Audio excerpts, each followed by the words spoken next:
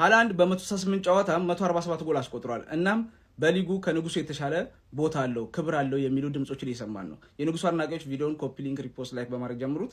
እንግዲህ ሃላንድ ባለፈው ፓላስ ላይ ጎል አስቆጥሮ በሊጉ ያስቆጥረውን 147ኛ ጎሉ ሆኖለታል። ይሄ ማለት እንግዲህ እኔ ከንጉሱ ጋር እንዴት እንደሚያወዳድሩት አላውቅም። በቁጥር ትንሽ ጨዋታ ተጫውቶ ነው እንደ 147 የደረሰው። ሃላንድ በጣም ምርጥ ነው፣ ጎል አግቢ ነው። ግን ይሄን እሱ ጋር ማወዳደር አይቻልም። በመጀመሪያ ደግሞ ሲመጣ ሃላንድ በ22 ዓመቱ ነው፣ በጣም ምርጥ አግቢ ነበር። ንጉሱ እኮ በ18 ዓመቱ ነው የመጣው። ለስፖርቲንግ እኮ 5 ጎል ነው ያስቆጠረው። ይሄ እኮ በ41 ጨዋታ 40 ጎል ምናምን ነበረው። 27 ጎል ምናምን ይዞ ነው የመጣው ከዶርትመንድ። ራሱን ፕሩቭ አድርጎ ነው ጨርሶ ነው የመጣው ሲመጣ ራሱ።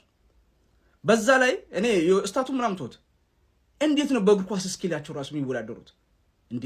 ዱባ ወጥና ክትፎን እንደማወዳደር ነው። እኔ በፕሪሚየር ሊጉም ደግሞ አሁንም ይሄን እንደ 1000 ቢያስገባም ሃላንድ ከሲአር7 የተሻለ ቦታ አይኖረውም፣ ክብርም አይኖረውም። እንኳን እሱ የሚጫወትበት ክለብ ከንጉሱ በታች ነው። አስረግጬ ነው የምነግራችሁ። ይሄ ሊደብራችሁ ይችላል። ከሲቲም በላይ ነው እሱ። ከተጫዋች አይደለም ከሲቲም በላይ ነው እሱ።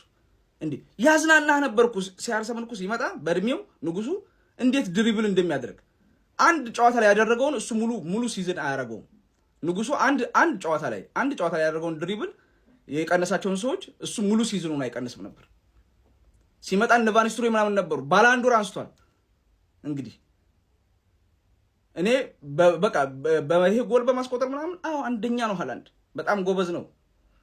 ግን እንደ እግር ኳስ ተጫዋችነት ከንጉሱ ጋር የሚወዳደር አይነት ተጫዋች አይደለም በምንም ሁኔታ። በምንም ንጉሱ ተገርዞ በፎጣ በሱ እድሜ በተለይ በ25 ዓመት ምናምን በጣም ድሪብል ያደርግ ነበር፣ በጣም ያዝናና ነበር።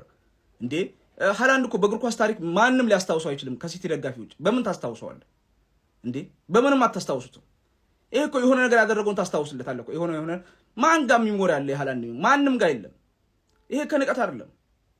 ንጉሱ ግን በእያንዳንዱ እድሜ ማንቸስተር ሲፈርም የነበረው ቪዲዮ እንኳን ጭንቅላታችን ይኖራል።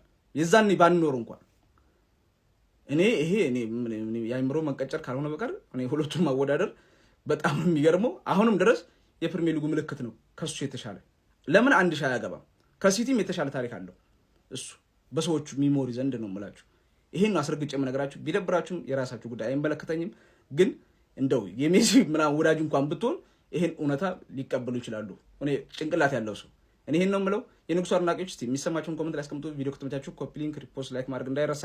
ቴንክ ዩ